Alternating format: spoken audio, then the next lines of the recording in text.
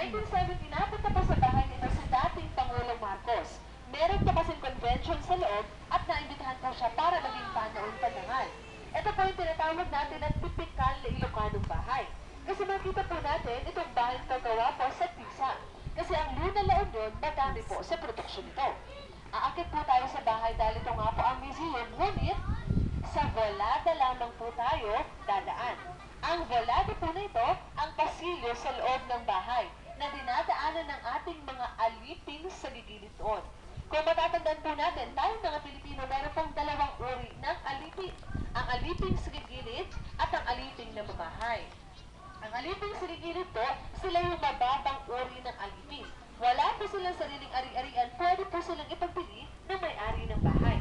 Ang mga aliping na mamahay naman po, mas nakakataas sa ating mga aliping sa gigilid. Meron na po silang sariling ari-arian o at hindi na po sila pwedeng ipagbili ng may-ari ng bahay. Ngayon po, akitin natin yung taas ng bahay, sa volada lamang po tayo dadaan. Sige po.